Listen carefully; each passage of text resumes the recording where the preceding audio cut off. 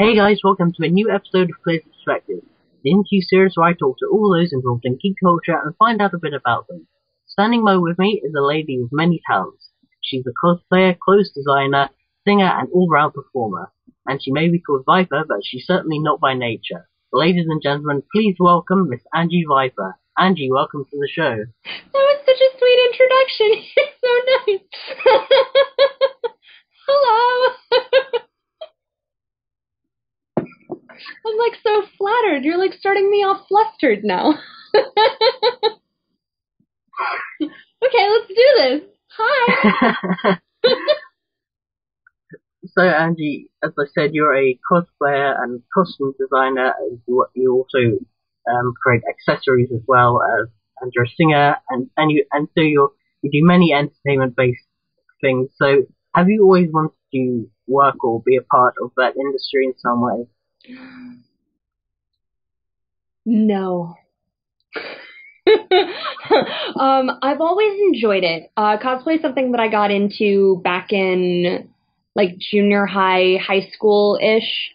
And I've always been someone who just like, I'm constantly finding new things that I like to do, and like something will inspire me and I'm like, oh, I want to do that now. And I'll do that for a while, and then maybe I'll go back to what I was doing, or maybe I won't. Maybe I'll continue with that for a while and find another new thing. And my whole life and all of my interests have really kind of followed that trend, where like in junior high and high school, I got into cosplay and I loved costuming, but it was something that I did in my spare time. I made all of like 3 costumes, maybe. My mom helped me. I didn't think that I could sew because like my mom did all the sewing, and sewing machines terrified me. Like I had like nightmares about trying to figure out how to use that super intimidating, complicated, what the hell is that torture contraption in my mom's sewing room. And then I went to high school, decided I wanted to be an illustrator, and then went to college and decided I wanted to be a director, graduated college, decided I wanted to be a special effects makeup artist, decided I wanted to be an animator again, decided I didn't want to be an animator, and then I just kind of happenstancely got back into cosplay because I was unemployed for a while and I just needed something to do to like occupy my time so I didn't go insane. And I started crafting again and just, taught myself how to sew and did it. I was like, whatever, let's figure this out. It's something to do. And loved it. Was like, why did I stop doing this? That was so stupid. So now I'm back full force. And it's really been a great outlet for me because there's so many different avenues within cosplay for me to learn new things and experiment with new things. So like when I first started, all I was doing was sewing. And then I started making costumes that required different accessories, or, a little armor piece, or like custom earrings that I couldn't find anywhere. I had to do weird makeup or style a wig. And I just, was forced to learn how to do these things and wound up being like, wow, this is really cool. So each new costume is really just a challenge for me to see how far I can push myself and how many different, I don't know what the word I'm looking for, but different like things I can bring to cosplay as a whole for myself. Now, with cosplaying, that's where you dress up as various different video game or movie characters, and you go to conventions. And you recently did a Frozen photo shoot, didn't you? Yes, yeah, I did. Sorry, I get flustered every time because it's actually like my 10th or something photo shoot that I've done for Frozen. I've been cosplaying Elsa since long before the movie came out. I made my first variation of my Elsa costume for San Diego Comic-Con last year. And I've just been altering it and doing, different things to it as I learn more to make it the perfect costume that I want it to be, because I love Elsa so much. And yeah, I have a friend who does Anna, and she desperately wanted to do a shoot with me. So I was like, okay, like I'm going to say no to dressing up like Elsa and doing a photo shoot. And we really tried to challenge ourselves to like recreate some of the shots or like sequences from the movie and like, really, really bring it into the real world, which was a lot of fun. how do you feel about Frozen winning the sort of best animation for at the Oscars? Oh my god, my friends couldn't get me to shut up for a month. It's like all I talked about. I'm like, did you hear that Frozen won Best Animated Feature? Disney won Best Animated Feature for the first time, like, in years. They won. Frozen won. Did you know? Did you know that Frozen won? Because Frozen was amazing. Don't you dare say Frozen wasn't amazing, because it was amazing. It won Best Animated Feature. Like, I literally would not shut up. And I didn't actually get to watch the Academy Awards. So what happened, and I was so pissed at my friends for this. I was working on costumes. Actually, Tracy Hines and I were hanging out together, working on her Anna costume for Frozen. And I was like, guys, it's like a Frozen night, okay? Like, Frozen is nominated for like 3 awards. You have to text me if they win anything. Like, every time that they do something that Frozen is nominated, you have to text me. So my friends are like, best original song came on, and my friends are texting me like, oh, Robin Thicke won best original song for Blurred Lines. Oh, like, you guys are douchebags. They're like texting me the results. They text me like a fake result, and then they text me the real result, and I'm like, woo! And Tracy's like, did Frozen win? And I'm like, yes, it did.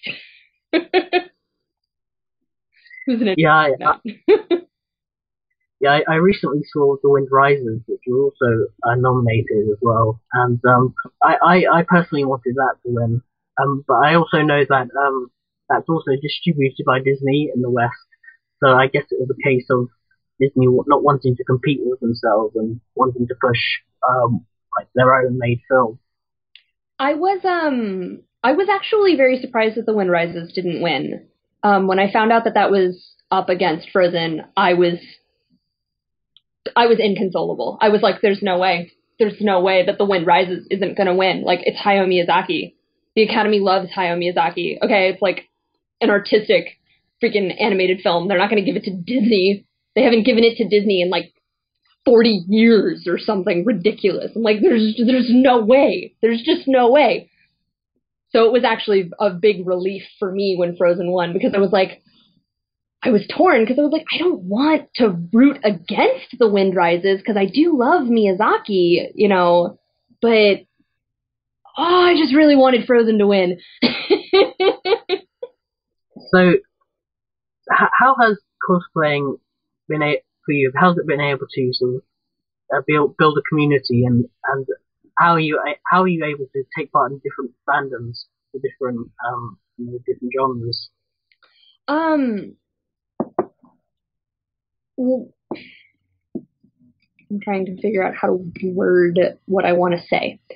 Part of what drew me to cosplay in the beginning was you can be whoever you want to be, and it doesn't matter who it is, you know. And when I got started, it was mostly big in like the video game anime community. And it wasn't until I started going to my local convention that I discovered that you could do like costumes for movies or like comic book characters. And I was like, oh my God, you can literally be whoever you want to be. And it was amazing and inspiring to me. And coming back to the community now after such a long hiatus, it's fun for me to really try to push that and really expand into all of my different interests, because again, I'm multi-interested. Like, I'm not a person who can just latch on to one thing. Like, obviously Disney is very big and very important to me, but there's so many other things that I'm interested in that, you know, I really try, like, each costume. I'm like, if I do a Disney costume, I'm like, all right, let's do a comic book character next, or let's do a video game character. Let's try to do something from an anime. You know, like Sailor Moon is really, really big right now with its comeuppance, and I'm super excited about that because, oh my God, I love Sailor Moon. Let me tell you, it's the shit.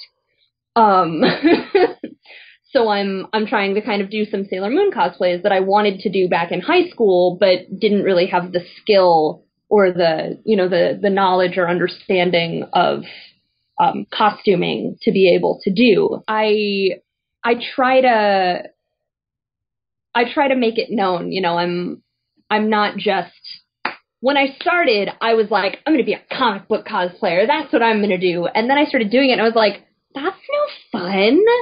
Limiting yourself to just like this one aspect that you're interested in. Like, no, man, I don't want to do that. I want to make, Merida and Lady Amalthea and like Team Rocket and shit. I'm like, stop limiting me. So I do whatever I want, and that's what I feel like cosplay really should be about, is whatever inspires you. I made a post on my Facebook page the other day in reaction to an article that was arguing characters that you shouldn't cosplay, because they're overdone or they're outdated and like nobody cares anymore. And I was like ripping my hair out after 2 sentences. I was like, you can't do this to people. Why would you do that to someone? You should be able to cosplay whoever you want. I just cosplayed Chocolate Misu from Sorcerer Hunters. Have you heard of Sorcerer Hunters? Nobody has. Nobody has. It's okay. I don't judge you. It was not even popular in like the early 90s when I was into it. Like when I was into it, it was a hipster series that nobody gave a shit about. It was not going to stop me from cosplaying Chocolate. I was like, I want to do it. She's my favorite character. She's totally badass. It's a kind of sexy costume, whatever. I'll push my boundaries and try to get used to that. It was very uncomfortable, but that's me. So I don't know. I feel like people should be able to just be who you want to be. I talk a lot. I'm really sorry. I ramble really bad. I want to fulfill my dreams, and be the characters that I wasn't able to be when I was a kid. Like growing up, I wanted to be the Pink Ranger, and like my mom wouldn't buy me the costumes because they were too expensive, or I wanted like the big frilly Disney princess costumes, that you see all the little girls wearing at the parks, and they were so expensive. And my mom was like, no, you don't need that shit. You can get one from Party City for $10. I was like, no, I don't. I want the pretty, poofy, like perfect one. And I can do that now. I can sit here in front of my sewing machine and make it happen. And that's what's so important to me, is just making dreams come true, and it's why I take commissions. It's why I make costumes for myself. It's why I can't ever say no to my friends when they want me to help them with a costume. Like I love seeing people happy, whether it's me or, the smile on a kid's face when they see me at a convention or, at a character party, whatever it is. I love it. I live for it. So you've talked about how you design costumes, and leading on to that, you have your Etsy, the online store that you have, and where you sort of, as you said, take commissions for either full costume pieces or just individual accessories. So are you self-taught? I am, yes, entirely. Everything that I do is just figured out. Like, okay. I use internet tutorials a lot. There's a lot of tutorials out there. So most everything that I've been like just completely flabbergasted, like how the hell am I going to do this, with enough, you put in like half an hour of internet, Google searching, and normally I can find something that will at least get me in the right direction towards making the thing that I want to make. If that makes sense. But long story short, yes, I am entirely self-taught. And do you have plans to turn this venture into a business? Yes and no. I love cosplay, and I love costuming, and I love the opportunity that taking commissions gives me to potentially do things that I wouldn't normally do for myself. I do, and it's just because I'm a creative person and I'm a free spirit, and I don't like restrictions. I do worry that if I someday quit my day job and started costuming and taking commissions full time, that it would stop being fun and enjoyable. And the reason that I started doing it and the reason that I love doing it is because it's just fun. It's a release for me. I take the stress of the day and I put it back into my costuming, and I go hang out at conventions with my friends, and I release all of the negativity that comes from my daily life. And I worry about turning my hobby into like a career, you know what I mean? Because then all of a sudden both of those things, like the negative, restrictive day job and the release and freedom of your hobby, become the same thing. And it's just, it worries me. So I don't know. I don't want to necessarily say, no, absolutely, I don't want to do that. It's a horrible idea. But at the same time, I'm not like actively seeking that. It's kind of just like, if the time comes where I feel like it's right for me to do, I will start doing it full time. So would you one day be able to, in a position to turn it into a business? I think so. I mean, I don't really charge like the high rates that I would really need to be able to pay my rent with the commissions that I take. And I'm not like a super big name. I'm not bringing in big crowds to conventions, so I don't get invited as a guest. I don't get paid cosplay gigs or anything. Like I do character parties, but as far as like quote unquote professional cosplayer, whatever you define that as, I'm not really bringing in enough to make that like monetarily viable. But that's not to say that that couldn't happen and that I wouldn't necessarily like it to happen. And as far as commissions, I think if I made the choice to take that on full time, I would have to decrease the number of costumes that I make for myself every year, and I would have to increase the number of commissions that I take and probably increase my prices, which I really don't want to do, because the whole reason that I started taking commissions is because I wanted to help people get the costumes that they want that they can't afford. So I make just enough to like supplement myself, but not necessarily enough right now to consider quitting my very good paying day job. You also have a passion for singing, and on your YouTube account you've done a number of Frozen covers, and you also did the Phantom of the Mushroom Kingdom for Random Encounters, Yes. which was a Phantom of the Opera Super Mario Brothers parody. So have you always been into singing? Yes, absolutely. From the day I could talk, I loved singing. I come from a really musical family. My grandfather owned a music shop. All of my grandparents were band conductors. They taught at their local high schools. My mother actually passed up a opportunity to become a professional musician to marry my father and start a family. My dad has always worked in the music industry at major companies. It's something that's in our blood. And singing was my drug of choice to turn a phrase. I tried learning instruments. I'm not really very patient with that. And my fingers would start to hurt. I took guitar lessons in high school because I wanted to be cool, and write my own music and have boys like me because I played guitar and it was super cool. It was high school. Don't judge me. But I got to the point where we got to bar chords and you had to press your finger in, and I have really bony knuckles, so it started to hurt my fingers, and I was like, I don't want to do this anymore. It hurts my fingers. This is dumb. I just want to sing. Why do I have to play an instrument? I want to be a singer. But I've taken voice lessons my whole life. I was classically, operatically trained. my voice teacher back in high school used to threaten that she was gonna, take me to the Met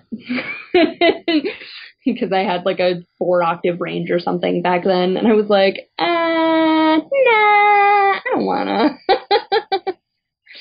But it's really like there's not a moment of the day where I'm not singing, and if I'm not singing, it's only because I'm singing in my head or humming quietly to myself. Like, my friends really have to, like, get used to it because I can't do anything without music playing, and I can't listen to music without singing along, and it's probably really annoying, and I feel really bad for being horrible, but I love it.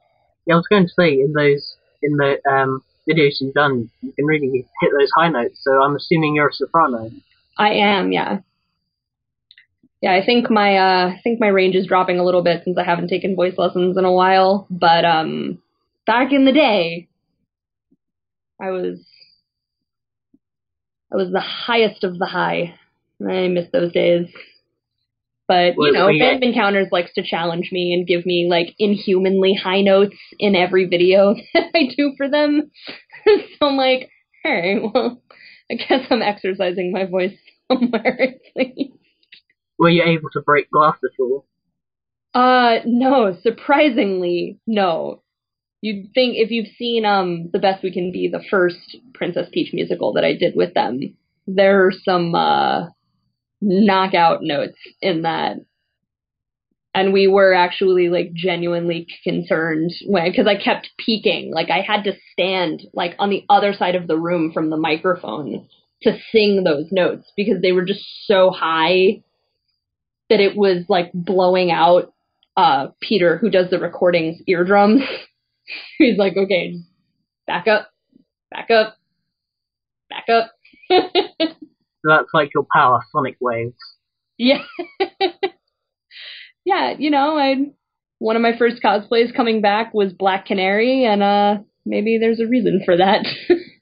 I understand you're quite the Power Rangers fan, so how do you feel about the new film? So excited.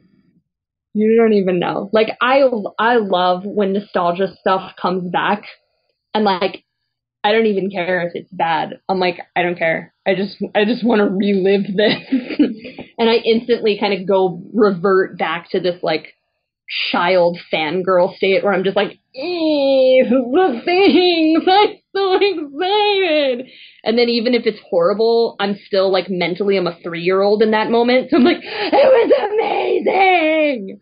That's how I feel about the Gem and the Holograms movie. It's like everybody's pissed because they're changing the story and shit. And I'm like, but they're making a Gem and the Holograms movie. Oh my god. When I fangirl hard. Yeah, it's interesting that they're going back to the original Mighty Morphin Power Rangers. I'm glad they are. Yeah. I feel like that was really the best. It was the most relatable for me. Because I'm going back now and I'm watching through all the series, and trying to like reminisce and remember like where the series kind of lost me. And it was around when like the Mighty Morphin era kind of started to end and they started to transition into like Turbo and whatever, Samurai and Space and everything. And I was just like, I can't, like, they're not just like normal people anymore. What I loved about the series is they were just like, they were kids. Like they were high school kids. And who would ever suspect that like they were doing these amazing things to save the world? And it all happened like right in their hometown. It wasn't like the world. It was just, it was Angel Grove. You were concerned for Angel Grove. And Angel Grove was just like your hometown. So you were concerned for your hometown. And I really, really connected with that. So the idea of getting that back is very exciting to me. And I follow Jason David Frank avidly because I'm still convinced I'm going to marry him. So, again, don't judge me. I'm perpetually 3 years old. But I avidly follow him, and I know he is, like, actively fighting to try and get into the movie. He's like, I don't care if I'm a cameo, I just show up on camera, like, you need to have me in this movie. And I'm like, yes, you do. You need to have Jason David Frank in your movie. Please. Yeah, I'd imagine they try to get most of the original cast in cameos. I sure hope so. Like, it'd be so stupid not to. Like, the whole reason that Power Rangers is having this resurgence is because the original actors from the original series are, you know, kind of like coming out of Power Rangers retirement right now and like putting themselves back in the spotlight. And people are like, I remember you! Hi! You know, and we're all excited. Like, that's really what we're excited about, is our childhood is literally coming back. So to try and continue that trend without acknowledging what it is that made the trend popular in the first place is completely idiotic. But it's Hollywood, so who knows? I mean, they don't exactly necessarily make the best decision. I work in Hollywood. I really shouldn't talk shit, but they make bad decisions a lot. Yeah, I think Jason David Frank is meant to be in the final episode of Super Mega Force, which is the current series of Power Rangers. He's cameoing as the Green Ranger, like for his final battle. I heard he's cameoing as like the Green Ranger, the White Ranger, and I think he's also cameoing as like the Red whatever Ranger that he was in like some later series that I never actually watched. But I heard he's cameoing as like multiple different Rangers. Like, it's not just like he's showing up as the Green Ranger. And I was like, multiple Tommies? I don't think that my brain can handle this. It's gonna be awesome. Yeah, certainly will be. I mean, I saw the original series. I saw everything up to Lost Galaxy, and then bits of everything else. The original series was so good. I was so obsessed with it as a kid. Now, I was going to say that I thought Zeo was sort of more of a natural transition, as that was a direct continuation of the original series. Yeah, you know, I really don't remember like diddly squat about Zeo. I'm getting up to that point in rewatching the series. I bought the whole Mighty Morphin box set at San Diego 2 years ago, and that has like the first 2 seasons or whatever, like through like the White Ranger stuff, and then I think Zeo is on there, and then I think it cuts off either like right before or right after like Samurai. That was after the first movie was Samurai, right? I'm not crazy. Whatever that. Well, after the first, after Zeo went to Turbo, and there was a film. So that's it. It cuts after Zeo. So everything up until then. And I'm like right at the point where the Green Ranger lost his powers. So I remember very little besides like the 2-part episode where Tommy came back as the White Ranger. Like, that's about the extent of my memory of the series, aside from the fact that I loved it. Probably because that 2-part episode was like everything to me as a kid. It was all I thought about. It was all I talked about. It was all I cared about. Like, I didn't even really like know that Kimberly left the show ever, because I was just so obsessed with like her relationship with Tommy that like later on, it was like last year or something, I was talking to a friend about it, and they were like, oh yeah, and then like that time that Kimberly broke up with Tommy in a letter, and I'm like, Kimberly broke up with Tommy? What a bitch! And they're like, how did you not know that? Like, I don't know. I guess in my head I decided that they got married and had beautiful Power Ranger children together. Also in real life. Which is why I'm really confused when Jason David Frank posts pictures of his wife, and I'm like, what are you doing? You're married to Amy Jo Johnson. Stop confusing me. Have you seen any of the Sentai series that it was based on? Yeah, a little bit. But I have seen some. Yeah, when I found out, I think I found out like right when I was really, really, really into anime and manga and Japanese culture in high school. And somebody was talking about it, and I'm like, what the fuck are you talking about? And they're like, it's the series that Power Rangers was like ripped off from. Duh, I thought you knew stuff about Japan. And I was like, fine, I'm gonna go home and watch it right now. And then I went home and watched like 2 episodes, and I was like, now I know everything. Shut up. I kind of want to watch the original series just because I want to learn more about Scorpina. Because, like, I'm she's a much watching bigger the original series, and she's in, like, 4 episodes. There's no explanation as to why she's there. She doesn't really, like, she fights the Rangers, like, twice. She turns into this, like, horrifying scorpion monster, but then she's, like, super hot in her human form. And I'm like, why... Like, why do you become this horrifying beast? You make no sense to me. Why is there no backstory on you? I'm curious, Scorpina. And then somebody was saying something about she's, like, married to Goldar or something, and they have a kid together. And I'm like, where is all of this information? I want to know. She's super hot. I am intrigued by this. Give me more information. Why would you keep that from me? So, Angie, what do you have in store of future projects? Currently, I am prepping for Anime Expo and San Diego Comic-Con, which are both in July. So I've got a little over a month. I have 2, possibly 3 new costumes that I will be debuting at Anime Expo. 2 of them are Sailor Moon related. Super excited, you don't even know. The 3rd one is actually going to be in a group with a bunch of other girls. And I don't want to ruin the surprise yet because we're all keeping it under wraps. But it's a character that I've wanted to do for a while. And I get to working with a lot of fur. There's your hint.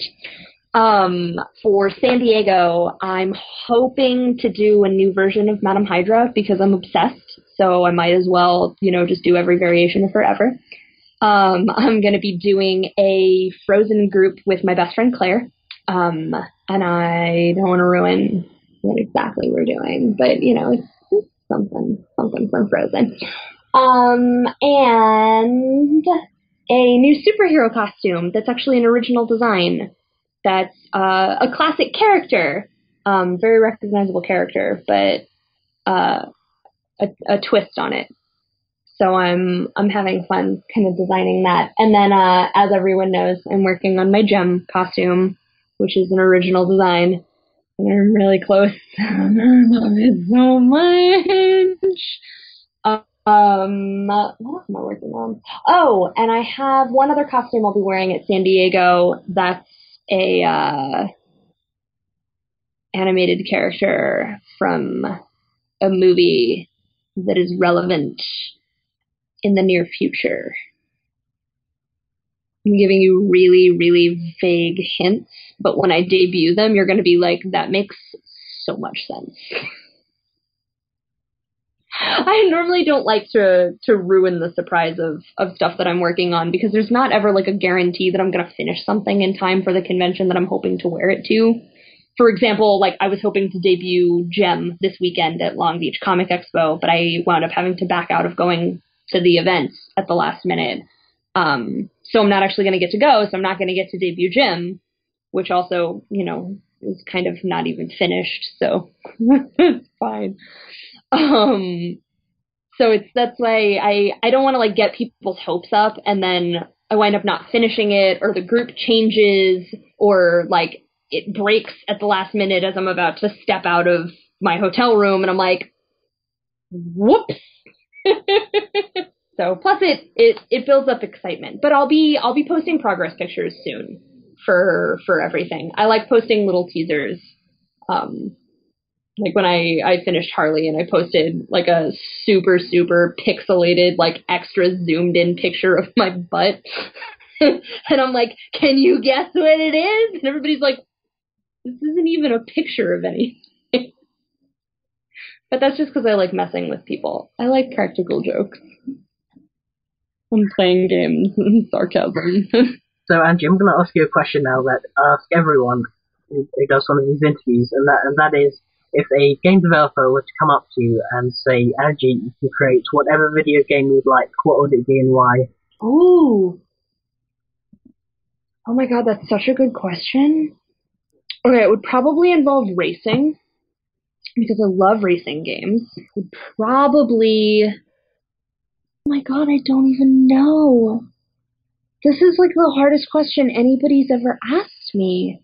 Is it like my perfect game because it's like a game that I would like a type of game I would like to play, or like because it's something that I kind of just want to see? Because I really want to see a game where you get to just like be Hydra agents and take over the world and like kill people, and that would be so much fun. But also, it'd be so cool because you could like fight against.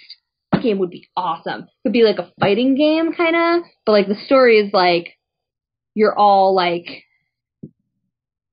it's just like Hydra taking over the world, and you could fight against all of these different, like you could have Captain America and the X-Men and like Spider-Woman and like all these characters like interact with Hydra, but you're fighting against them. Like it's not like a normal video game where like you're the hero and you're fighting it. Like no, your job is to take over the world and kill as many people as possible, and it would be awesome. I love games like that. I also love racing games, and I love like ridiculous games, like really just like and puzzles. I love puzzles. My perfect game would probably be like Professor Layton, but if Professor Layton was a girl in something a little more revealing and like a more interesting, like less pretentious character, but like puzzles, and maybe there's like a racing game in the middle of it. Oh my god, I want to play that game. That's it. That's my perfect game. Because I love Professor Layton, because it's literally just like, solve this puzzle. Hey, you want a puzzle? Here's a puzzle. And then there's little like animated movies, like legit, like high quality animated short little sequences that happen. And I love that. I love cutscenes. I just love animation. Like it's such a big passion of mine. So it's really exciting to me when a game has really, really like high quality animated scenes. Oh, it's so good. So Angie, we're just about to wrap up now, and what do you have to say to all of the fans and people who have followed you and your cosplaying? What do you have to say to all of them? As always, the biggest thing is thank you. I mean, I wouldn't be where I am today, and I probably wouldn't be cosplaying as much as I do now if it wasn't for the amazingly supportive community that I've found, you know, kind of surrounding me online, and you know, the people that I meet at conventions, and everybody's always just, you know, so energetic and so happy and so supportive, and I love it. I love that. I would say to everyone, something that I'm really big on and that I really believe in is that everybody should really just, you know, be themselves and do what inspires them and what makes them happy. You know, and I don't like that there are people out there that feel like there are things that they can't do or they shouldn't do because somebody told them so. And it's just not okay to me. So the thing that I like to say at the end of interviews like this, you know, for those of you that are out there that are considering cosplaying and are scared or nervous, or, you know, there's going to be hate, or, oh, what if somebody says something, or my costume's not as good? Like, don't let that stop you. My first costumes were horrible. They were absolutely horrible. Like, they were shit that I got from a thrift store for 50 cents and I glued stuff onto with like super glue, like not fabric glue. It was like super glue.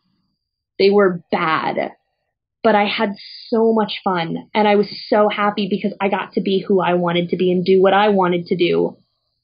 And that's so important. Like so super important. I think that's a really great message to have. I think so too.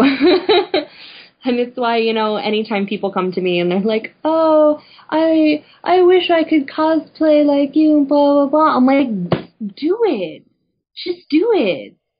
You know, who cares if it's not as good as the person on the other side of the room? Like, are you happy? Are you proud of yourself? That's what matters. Like, you did it. You went out and you did something, and maybe you'll learn something from that. so that you can do it better next time. You know, like my Elsa costume is still a work in progress, and I've been cosplaying for like 2 years now. And I'm like, every time that I put that costume on, I'm like, you know what? I feel like this would be better if I did this. And I make some little adjustments to it. And it's literally every time I've worn that costume, it's been different than the last time that I wore it. And that's what it's about. It's just expressing yourself and finding ways, you know, to communicate yourself and to become the person that you've always dreamed that you could be. So, Angie, whereabouts can we find you on the internet? Basically everywhere. I'm very active on Facebook, Instagram, and Twitter. Those are my 3 big sites. Oh, I hear my puppy barking inside the door. Facebook, Instagram, and Twitter, I'm Angi Viper, ANGIVIPER. I'm also on like almost every other social site as well. I just got a Spotify. I'm on Pinterest. I'm on Tumblr. I am on YouTube. I'm really, really horrible about uploading videos.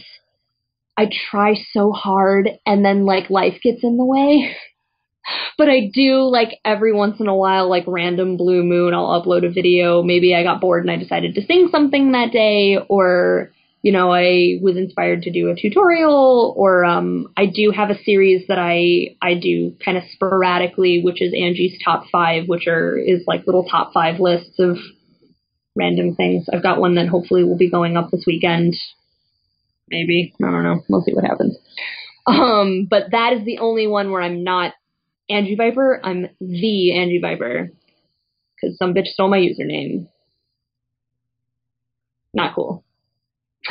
So all of those links will be in the description below this video if you'd like to check those out.